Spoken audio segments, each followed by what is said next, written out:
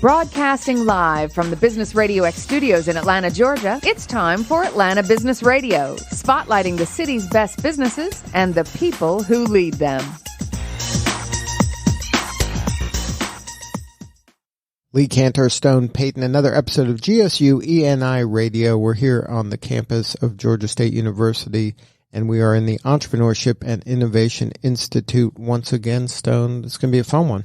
I love coming down here and broadcasting live. We get a chance to meet so many bright, passionate folks. The energy here at the GSU ENI is just, it's palpable. Yeah, usually we have some students. I don't know if there's any students here today, but we'll find out, right? Hey, this is going to be fantastic. First up, in our first episode today here on GSU ENI Radio, we have with us Professor of Business at Emory University, Mr. Jag Sheth. Good morning, sir. Good morning. Well, Jag, what brings you to GSU? GSU is one of my favorite spots in Atlanta. I'm a professor at Emory University, but I really enjoy GSU because of the diversity of students. Mm-hmm. So many first-generation college students. Right. And as the name would imply, it is very entrepreneurial.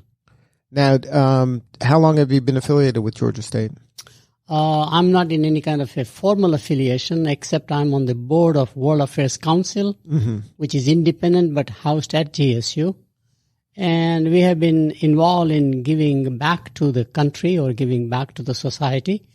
And my foundation supports 2 programs at GSU. And then did you develop those programs, or were they already in existence and then you kind of jumped on board? The program, one was created here, but it was basically something that we had done at University of Illinois, Urbana-Champaign, University of Pittsburgh, and Family Foundation now is doing in Atlanta at all the major universities. And what is that? Primarily to identify, recognize through internal nomination process the best foreign student who came to America at GSU and did exceptionally well, either back in her country, his country, or in America. Mm-hmm. So they identify a candidate, and then similarly a faculty member who has taken the program discipline, whatever discipline they are, could be education, could be healthcare, could be business, whatever they are, and have internationalized it. What does internationalized that mean? That means they have taken the program abroad, either as a discipline, research, or starting an institution someplace, or going and being a resource at some other campus outside of the country. So now, how do you find the climate here with you mentioned a diverse student body? Yes. Which is the excitement. The kinds of candidates who are nominated by the faculty or the departments. And we do have the vice provost here, obviously, who is in charge of that program. I think the process is very, very interesting in terms of the caliber of people that come up for nomination and the ultimate selection done by the committee. And then for you, how involved are you? Are you what does on the board mean? Are you actually choosing the winners? Or? Oh, no, absolutely not. That's the last thing you want to do, where the donor gets involved in the selection. So you're providing the framework that allows them? The criteria, and basically encouraging other foreign students to excel, contribute back to the society. Now, has there been a foreign student that has won that has kind of made an impact for you? Were you can you tell a story about somebody who has succeeded in this? This is the second year at GSU. Mm-hmm. And other campuses, we have done this almost more than a decade. Right. But the first recipients last year, it's incredible. The faculty side actually is the Dean of Public Health. But in his own right, he's a top scholar. And it's wonderful to see him being recognized by the peers, by their own colleagues. Right. And the student came from China. And I think he's on the faculty of Georgia Tech now, right? Or is it Georgia State? He's in Beijing, actually. He's in Beijing, right, correct. Now, are you seeing, Georgia State, you mentioned the diverse student population. Is that in the universities you work with around the country, that's kind of unusual, right, to have this level of diversity? I totally agree. Being an urban metro university, it will have more access to people of basically disadvantaged communities, whatever they are, Right. who need the education to get out from where they are, essentially being urban. You do have the Kennesaw State nearby, but it is not in the urban setting. Right. So when I come on the campus here, I really enjoy the diversity of students in the evening. That are going in and out pretty much, and it's just fascinating, and I just enjoy that very much. And then this is kind of the microcosm of America, right? Yes. This is the melting pot in action. Absolutely. This is the melting pot. The nice thing about Atlanta is that Atlanta is a city that has a positive attitude. Mm-hmm. It's a city where people feel I can do things. Like it's possible. It's possible, exactly. And so that's exciting again. Mm-hmm. So Atlanta is trying to reposition itself as a major U.S. metro, but more importantly, becoming a global hub city. Now, are you seeing that starting to happen? It is already happening in several industries. My own view has been for several years now that Atlanta has all the ingredients but no recipe. Mm-hmm. And that means has to have a vision, has to have some game plan, strategy behind, and that they're trying to discover. It has all the right ingredients. Do you have a recipe that you want to share? Yes, I think, first of all, like all cities, you cannot be everything to everybody. Mm-hmm. So you have to focus. And you have to leverage your competencies and how do you invest more in those. Out of nowhere, Atlanta is becoming the automotive capital of America. Used to be Detroit. Right. Last century was all Detroit. 21st century, in about 10, 15 years, we'll talk about Atlanta as a motor town, which is so unusual. Right. Should be Los Angeles, should be somewhere, some other place. But out of nowhere, and it is happening by 5 major German automakers, all making Atlanta or near Atlanta, Southeast, as their hub. And that's kind of, it's under the radar. It's the average Atlantan may not see that coming, right? Absolutely. And automotive is a very key industry because it is not as much on the demand side. Once you make the car, it's only 2-step, a dealer and the consumer. Mm-hmm. But this is 5-step deep supply chain. Right. Savannah Port is very critical in the process. Right. As a place. So, and that's something that the people of the state of Georgia may not appreciate, the importance of having the Savannah Port as well as an international airport. We are kind of uniquely positioned to really serve the supply chain. Absolutely. And many of the components in automobile industry, surprisingly, are all about chips and software. Mm-hmm. You don't have to have a railroad to ship it that. Right. It's all airline, air freight, which is a very major airport we have, which has an air cargo, as big a business growing as it is for passengers. So now, are there any other industries that are kind of under the radar? Yes, there are 2 more industries. Surprisingly, out of nowhere, Atlanta has become the entertainment capital. Right. We kind of snuck in there over the last decade, right? Yeah, correct. It's supposed to be New Orleans, for your information. Was it? That was originally Absolutely, and they had given the incentives. But 2 governors ago, Governor Bobby Jindal took out lots of those perks that were given, like the tax credit. He took them away? Took them away. Oh. And the industry moved here. We took the advantage, and the rest is history. Right, and that's a relatively short time to have that big of an impact. That shows you that where you can have that public-private kind of partnership really can make an impact if it's done right. Absolutely. And the interesting, again, in all these cases is it's the foreign companies who are investing and discovering Atlanta, not our own domestic companies. Is that good or bad? I think it's actually quite good because it will motivate the domestic companies also to hub here. Mm-hmm. Because this is a place where the land is relatively inexpensive and accessible, available near the metro area, which is very unusual. I mean, this is a city carved out of a forest. Right. And plenty of opportunities compared to, let's say, New York, New Jersey, Los Angeles, San Francisco. They're so expensive. Still a very affordable city. Young people all would like to come and stay here now. Climate is not very extreme like tropical in Florida or very cold. But the entertainment side is very key because it is Pinewood Studios, which is a British studio in its global architecture, invested here. Now it is privatized, as you know, recently, which will attract other studios. Nice thing about focusing on specific industries like automotive is that you don't have to deal with nations all over the world, but only a handful of cities. Mm-hmm. So, for example, In the entertainment, you have to deal with Bollywood in India, which is largest. Like Hollywood, there's a Bollywood. Sure. So how do we link with Bollywood, which is one city only, or maybe two cities? Fourth largest movie producer in the world actually is Nigeria. Really? Exactly. Came as much surprise to me as it does to you. It's fascinating. So we identify the city, which is their Hollywood. Similarly, Korea, Seoul is fantastic because they're getting into digital technology, which is what movies are all about now, more and more. And then Beijing is rising. China is the largest consumer of movies, and China will be the largest producer of movies. So we have to identify 5 cities in the world and city-by-city engagement, and you have now a global architecture. And then so you figure out creative ways to partner with them. Exactly. So create win-win opportunities. Exactly. And entertainment is an industry where it is pretty much a gig economy. Mm-hmm. You have the people waiting and you buy project, buy a movie project or a television series. So you can get people from all over the world to come here for 3 months, 4 months. And I must tell you, talent is incredible here, not just from Atlanta or Georgia, but North Carolina. Right, you get to tap into the whole Southeast. Exactly, precisely. And then in this kind of environment, if there's enough projects going on, the person will say, hey, why don't I just move here? Absolutely. Because I can jump from one project. You have to have that density, right? It's a chicken and egg thing. You have to have a cluster, as we call it. Exactly right.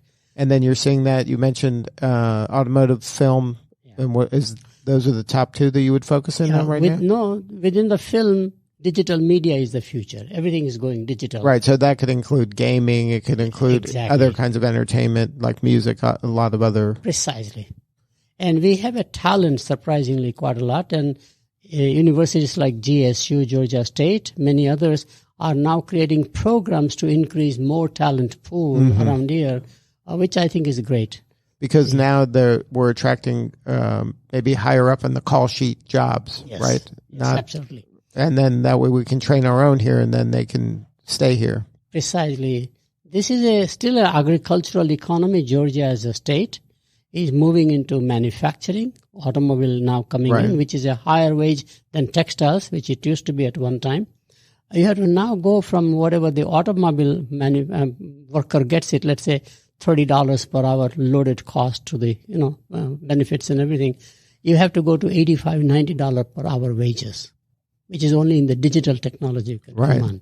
And then the economy here in Georgia is so diverse. You have those, but you also have a big tech component, right? Exactly. You have healthcare IT. Yeah. You have fintech. I mean, a lot of people don't realize how much credit card processing happens around the city. Which is the third area I was going to talk about. Sorry, clearly. I didn't mean to spoiler alert. No, technology is the key base. Even in the automobile of the future will be less metal bending and more embedding software and chips. The largest cost of assembling a car today are all chips. Display, monitor, control. Right. Automobile is the first place where I can create a truly integration of voice and video. Voice and data, for example. I can have a server and a switch in the automobile, and the automobile can actually become a moving base station. I don't have to build base stations for wireless technology. The world is all going wireless. So I've done significant research on this one at General Motors in the tech center, thinking about the future. And I'm quite pleased that automotive industry is clustering in Atlanta. So now, how does 5G impact all of this? 5G is inevitable because in this architecture of going more and more automation, what you have is what is called IoT. The Internet of Things. Right? Exactly. And then IoT means you will be embedding more things. Of all places, we will create smartness into dumb things, essentially. And my comment has been, as we make devices smart, people will become dumb. Do you think that's what will happen? That'll be the evolution? Think about the calculators. Before calculators, we did everything by ourselves. Right. Today, I cannot calculate anything without a calculator. You don't have to remember a phone number. All your numbers in memory are going to be replaced, right?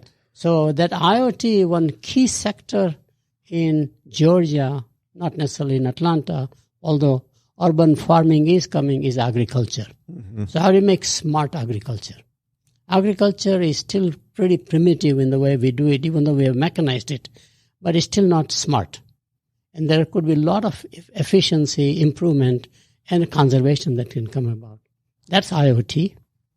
Factories is IoT. Universities are big IoT. Mm-hmm. And we have a large number of universities in one location, just like Boston has, for example, or New York. But we are quite big. 4 major universities, research-oriented, and about a dozen colleges. So you are talking about a major education center here. And healthcare, as you mentioned, is clearly the next major industry that I see. And then you mentioned having all of the ingredients for the recipe. So that's part of it, having kind of a robust academic kind of infrastructure already built in. Absolutely. You have talent now in here because the young people are kind of coming to those places. You have the port, you have the airport. There's a lot of good stuff happening around this. And therefore, the missing ingredient in the recipe, which is sitting there, is how do you get the academic universities and colleges integrated with the city council on the one hand, mayor's office essentially, and also into the Georgia state level. Mm-hmm. But academic has to be involved in the future of shaping future of Atlanta. From a research standpoint? Not only research, but community engagement from a teaching viewpoint, attracting student viewpoint, for example. Just to tell you, we have a CDC in our backyard. Right. I'm told by my colleagues at Emory University, we do 3,000 clinical trials annually in this city or in Georgia, which is quite a lot. So healthcare delivery, not pharma, which is in New Jersey primarily, but it's very fascinating. And healthcare delivery is the last mile problem. That'll get digitized. That'll get smart more and more. Has to. There's no way out. And given that again, and the ultimate ingredient which belongs in the academic community is chips and software. Right. And then what about from a leadership standpoint? Is there people that are building these bridges to all these different groups? Yes, there are leaders, definitely. Atlanta is blessed with leaders. Whether you have Andrew Young, ambassador, for example, leading what he does in terms of civil rights and other activities, or you have one who organized the 1996 Olympics, for example. Mm-hmm. Nobody thought Atlanta will ever bid even. Right. He had to have the vision to believe, right? And got everybody together. What happens is that if you want somebody to lead, he or she cannot be part of any of the institution. Mm-hmm. Should be independent. So an outsider. Insider, outsider. Exactly. Right. He has to have the connections, but he has to kind of be independent. Absolutely right. Yeah. So now, speaking of kind of social impact, social entrepreneurship, and international initiatives, we have quite a crew here today, don't we? Yes, we do. We do. So do you want to introduce your colleagues? Yes, I can introduce to my right, which you can't see, obviously, is Ambassador Charles Shapiro. I'm telling you, he's one of those talent and asset. I'm so glad Atlanta was able to attract. A brilliant career diplomat. Was in California, almost in a paradise situation. This isn't paradise? I thought we were in paradise here. We are the tropical paradise. So that's Charles Shapiro. All right. Welcome, Charles. Thanks. Pleasure. So tell us about your role at Georgia State. Okay, well, I'm embedded at Georgia You're State embedded? is a better way to put it. The World Affairs Council is a nonprofit. Georgia State gives us office space in their Buckhead offices. So we do that. And we and a whole bunch of back office support, but they don't support the organization directly with funding. So this is about entrepreneurship. We're an entrepreneurial organization. Have to raise the money for everything that we do. We put on about a program a week on average. I've got a bunch of great programs coming up between now and the end of the year. And our goal is to get Atlanta and Atlantans to think globally. Exactly. So that there's a disconnect. A lot of entrepreneurs think just in their own backyard, and you're saying to kind of... Oh, unbelievably so. Most companies in the U.S. don't export at all. And if they do, they export to one country, and that country is called Canada because they feel very comfortable doing business in Canada. And so... 95% of the world's consumers are outside the U.S. So if you want your business to grow, silly to ignore that. There's great opportunities there. And actually, I teach a course at Georgia State in the Executive MBA program. And that's the whole purpose of my course, is to take these students who are mid-career professionals and get them to look beyond the boundaries of the U.S. for doing business. So now why do you think that they are kind of staying domestic?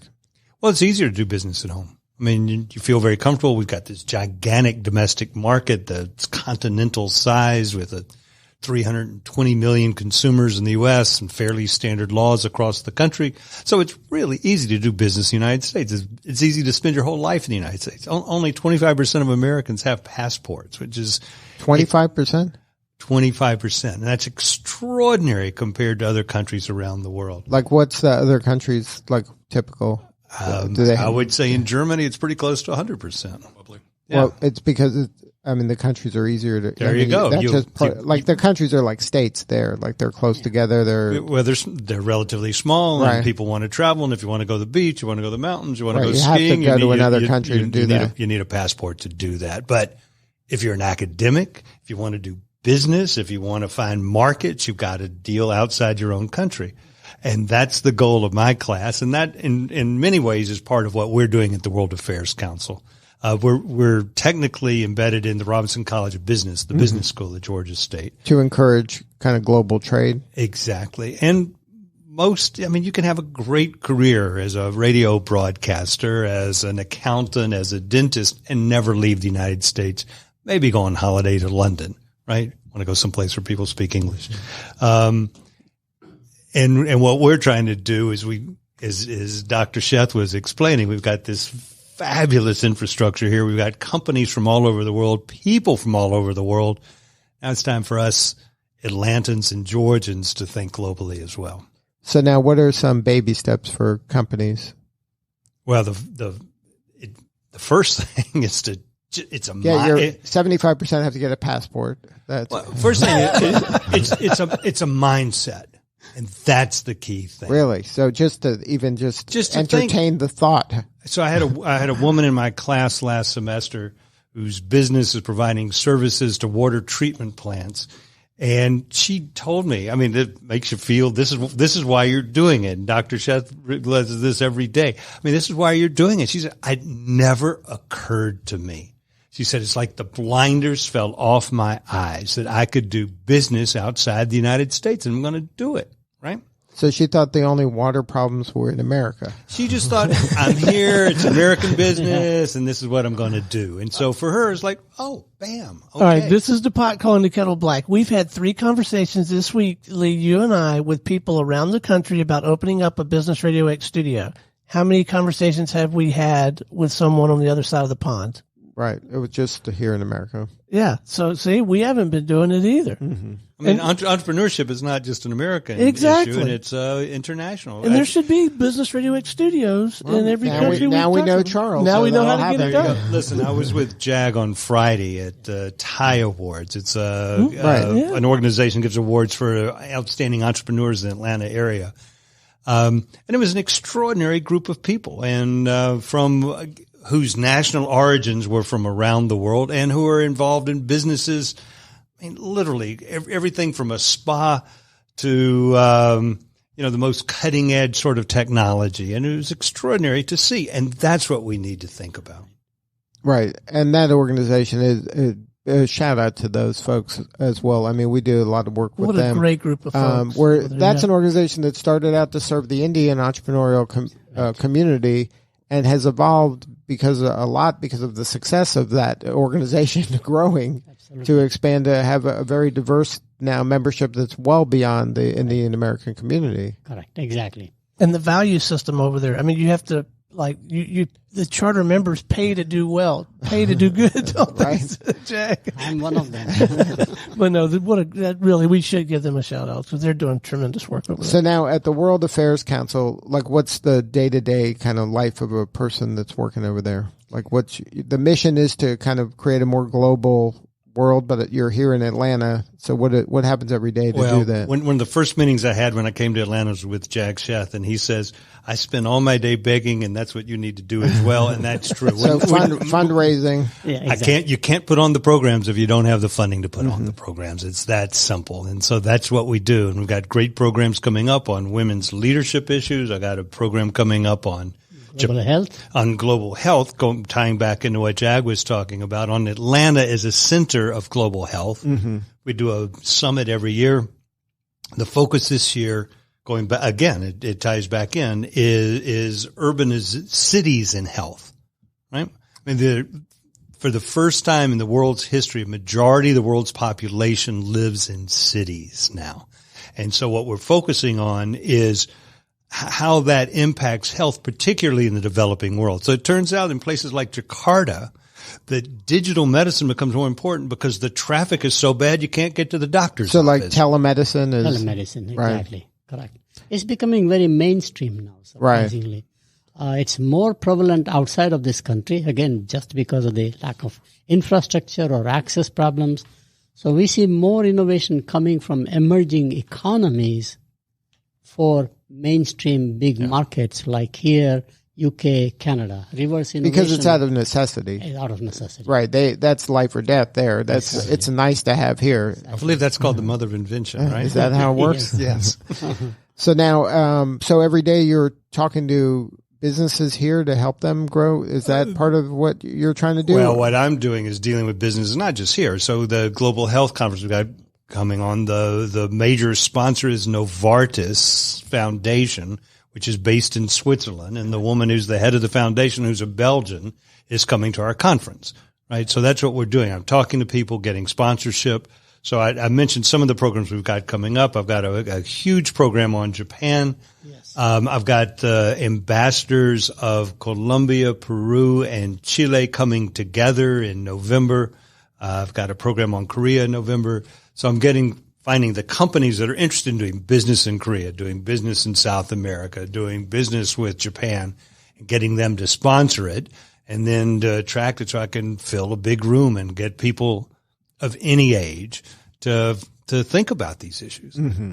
And then, so what are people open to that? I mean, people are always looking for more, more business and stuff. You would think so. You would think so. But again, I'll go back to it's that fear of just attempting it. Like it seems too complex or chaotic. Is that it's never crossed their mind.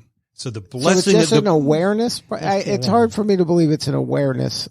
It's an awareness thing. I'm going to tell you in the very first instance, obviously there are more challenges of doing business abroad. You got to worry about exchange rate. And you've got to worry about. It's hard enough for me to trust somebody in another, 300 miles away that speaks my language. And now I'm going to trust somebody with money and intellectual property, thousands of miles away that doesn't speak my language. We need a longer program. I'm going to tell you how you can do it and how you can find people and find people who can represent your business. But you can do that and you can make money. One of the guys who is a member of the World Affairs Council and who speaks to my class, and he builds turnkey hospitals around the world.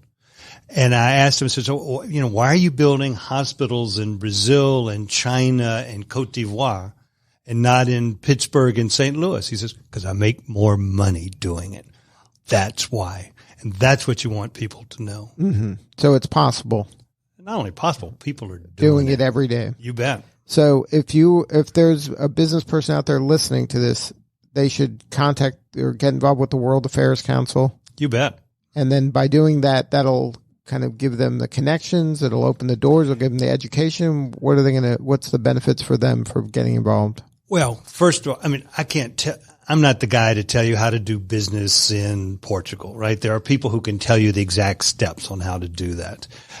That's not me. But what I can tell you is here's the general what's going on around the world. Here are the issues, the trends you need to be concerned about.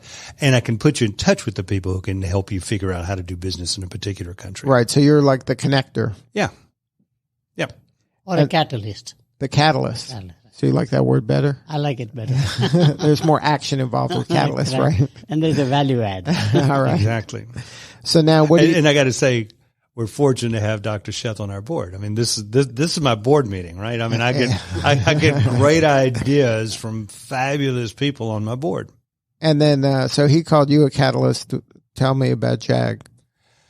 I think Jag's extraordinary. I mean, he's a treasure for Atlanta. People, when he speaks, people want to come and they want to hear what he has to say. And what his family foundation is doing is extraordinary. I'll give you one example. He brought one of his award winners here who had been a student at the University of Pittsburgh. Right. A young woman in her 30s from Kosovo. Thank you.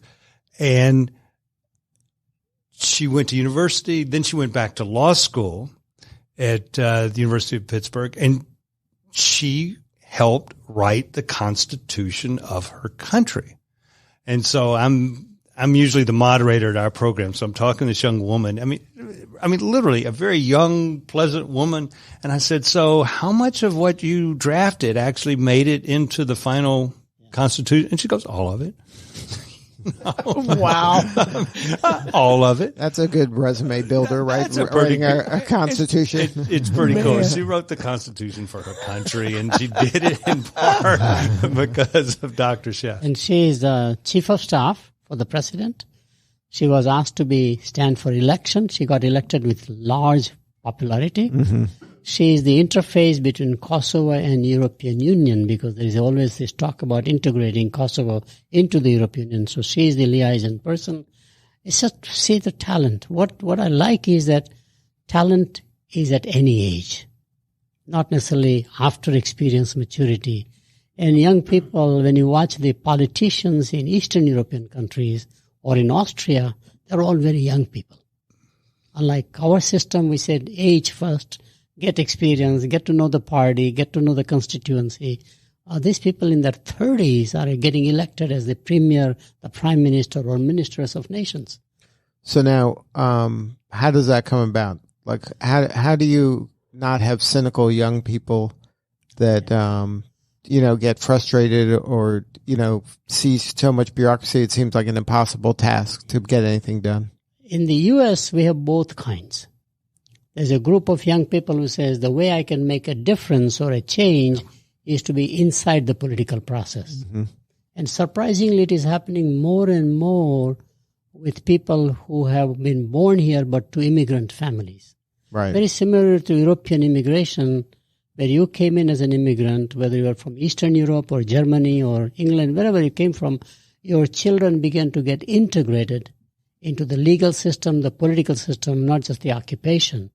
And I think that is happening now with all of the immigrant populations coming from all over the world. But that's the kind of the unintended consequence. The benefit of bringing an immigrant population into a country is it re-energizes them because the parents exactly knew what bad looks like, and the people who have been here for a few generations don't maybe realize what bad looks like. Exactly. You're so right. That's a great point you're making.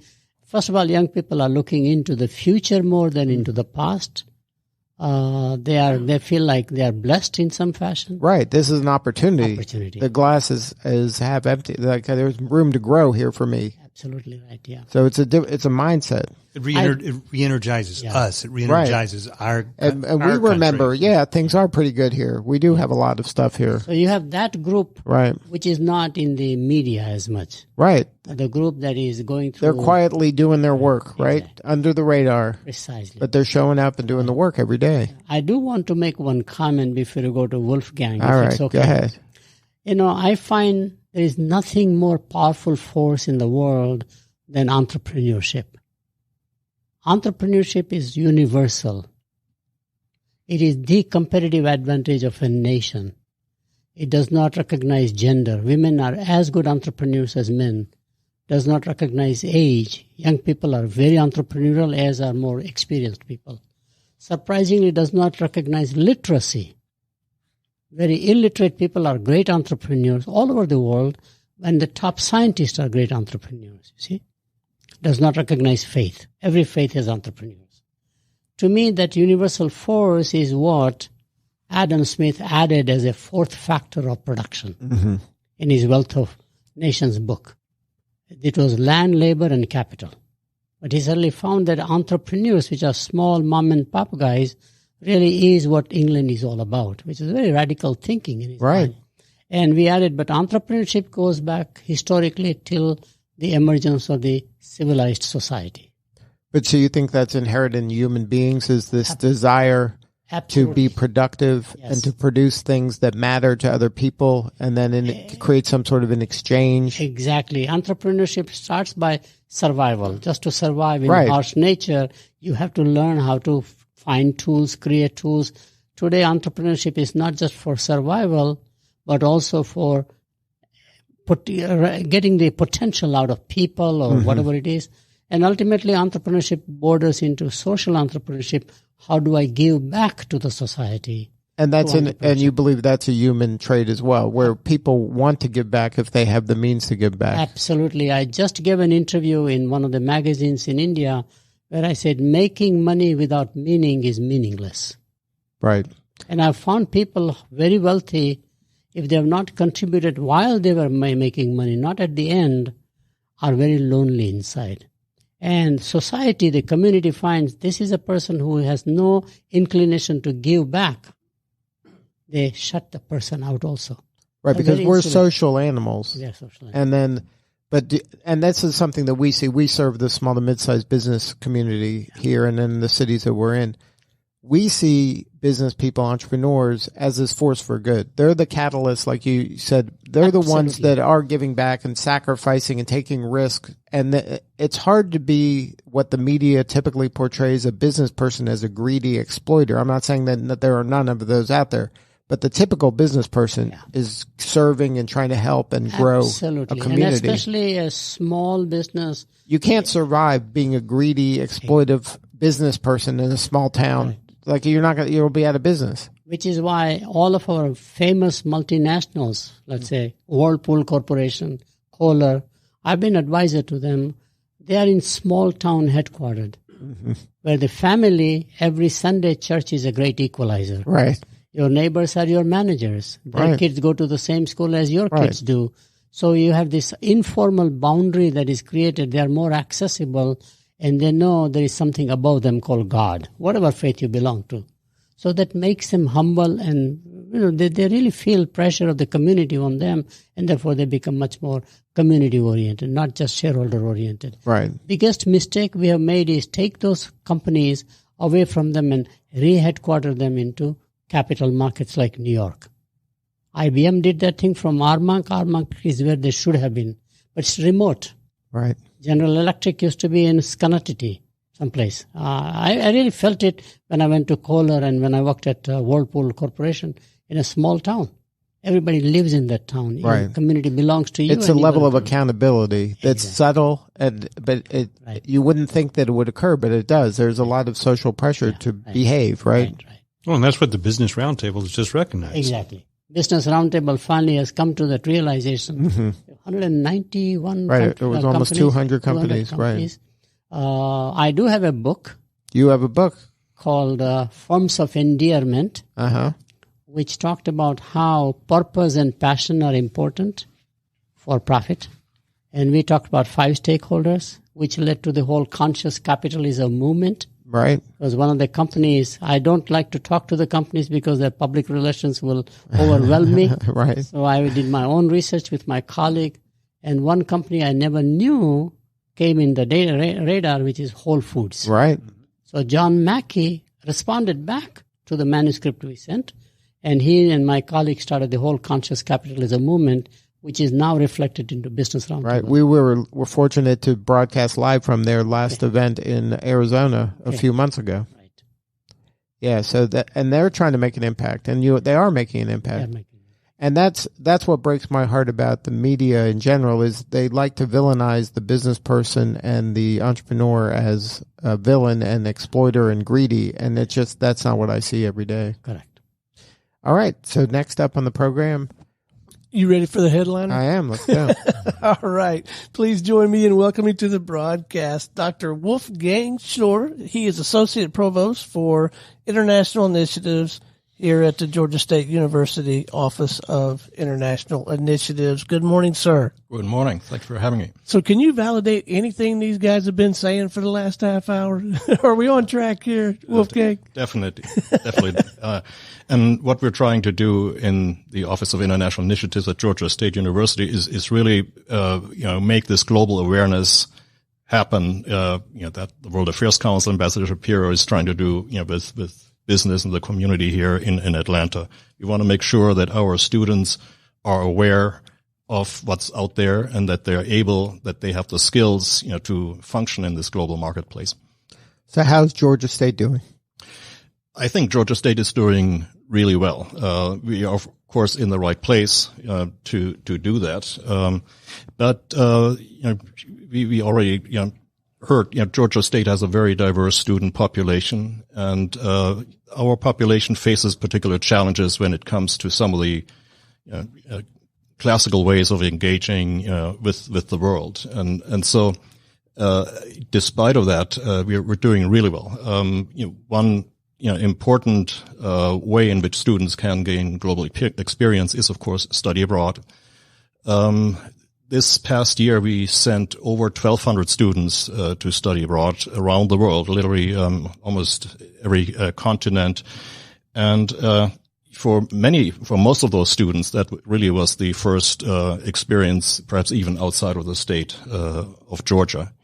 Yeah, I can speak personally. My son goes to school here, and because of Georgia State, he's gotten the chance he's been to Africa, Europe. He's going to Scandinavian countries next year. He was at Vietnam. He got to travel to all these countries through the study abroad program, and that's made a huge impact in him and his world view. I mean, I think it's almost like table stakes nowadays for having students do that, and I think Georgia State does a great job of making it affordable and encouraging it. That's great to hear. Actually, Georgia State, many years before I arrived here in Atlanta to work at Georgia State, I had heard about Georgia State as the first university where the students voted to introduce an international education fee to help fund stipends or scholarships to go abroad. And that fee is still in existence. Students are still approving it every year.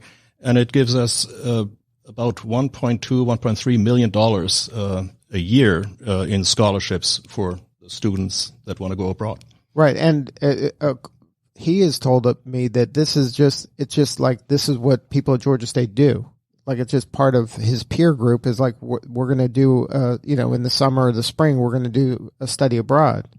That's absolutely. I think not all of the students. We certainly want more right, of them to do that, but it has very much become. I know when I was in college, that wasn't the thinking. We weren't encouraged to study abroad. That wasn't something that my peers were doing. Right. But for him and his peers, that's what they do. Correct. So you're doing something right. Thank you. So now, what's your challenges? Like, you're trying to get the word out to more of the students to take advantage of these great programs? We do, and we are making progress. So the number that I just mentioned this year was actually a 22% increase over the previous year. So we're definitely heading in the right direction. We're also getting more of our faculty interested and involved in leading students to study abroad. But even with all the scholarship funding and just more awareness of these opportunities, we will not get 100% participation. Not all students will be able to go and study abroad.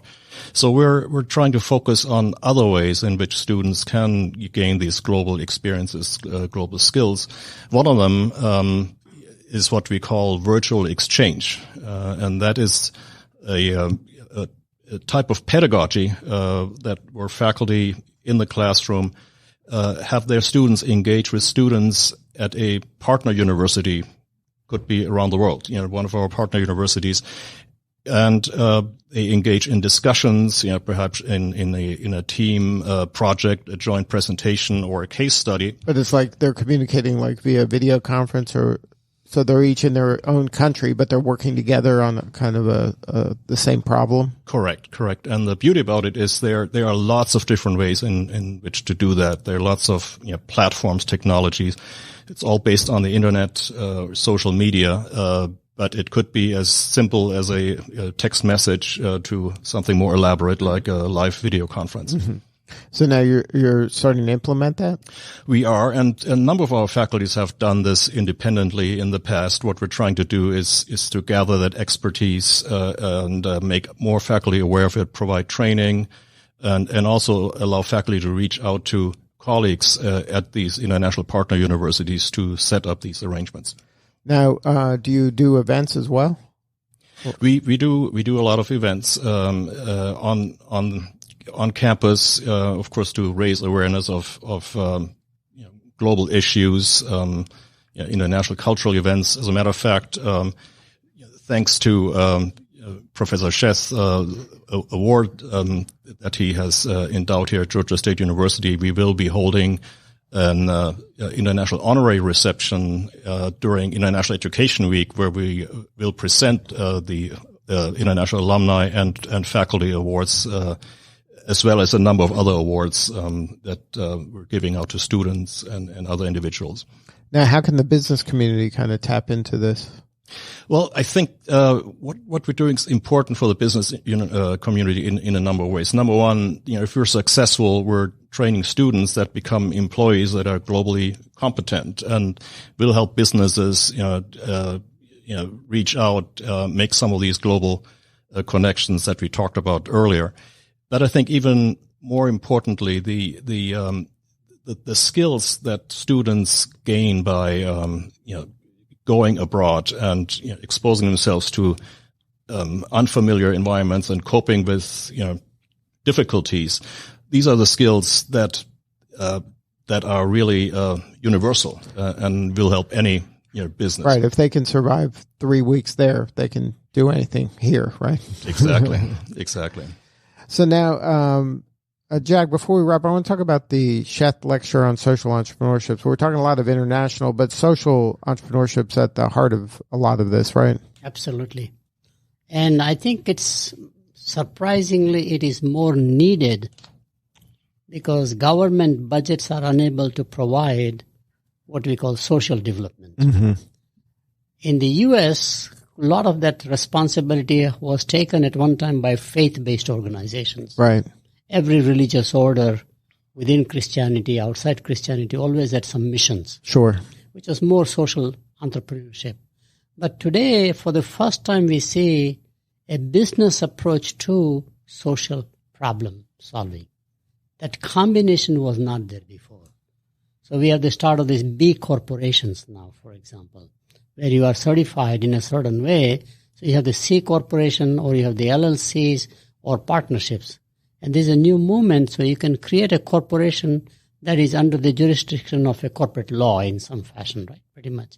And to me, that's very exciting. The B corporation? Yeah, B as in letter right, boy, the benefit corporation. Yeah, benefit corporation.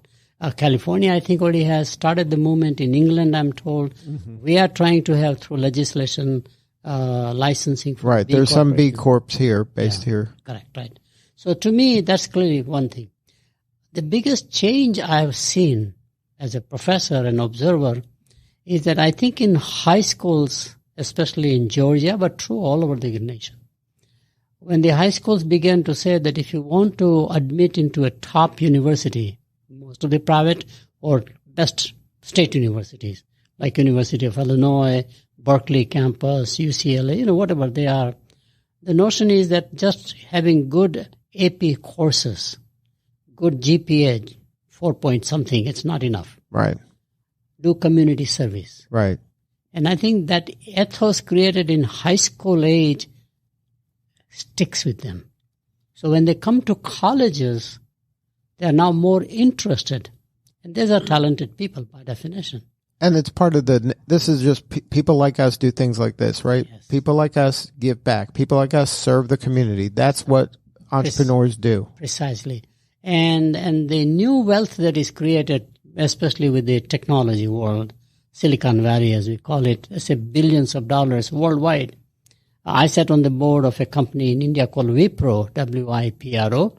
It went into technology, a soap company that went into technology, one of the top companies. The founder is now giving back $21 billion of his wealth, like Bill Gates, like Warren Buffett, kind of stuff. I think if the money, they are more interested in people who have social cause or activity, but as a business discipline. Right. So it has to kind of check both of those boxes, right? It has to be a business, not a charity. Right. That it's kind of self-perpetuating. Precisely. And it's doing good. Yeah. So then everybody can do well. It is true of private universities. They're all non-profit. Right. But they don't call themselves as social entrepreneurs. Right. They are more general by and large. I think it's a great, great movement. And I think the movement will accelerate because it is more popular in countries where there are more problems. Right. Again, necessity. Right. So in India, you see social entrepreneurship, impact in capital is created. It's mind-boggling to see. And by the way, back to that book, Forms of Endearment, which led to conscious capitalism. During the downtime of 2008, 2009, one of the fund managers, investment banking type, actually created a fund using conscious capitalism as a base. And apparently they invest in companies that do well by serving the society, which is interesting. So, right. So it's more mainstream now. What used to be periphery is becoming more core. Right. That's good. That's good. And I'll make last comment, which is totally opposite. Generally, large corporations always created foundations to give the money back to the society, right? Every large corporation has a foundation.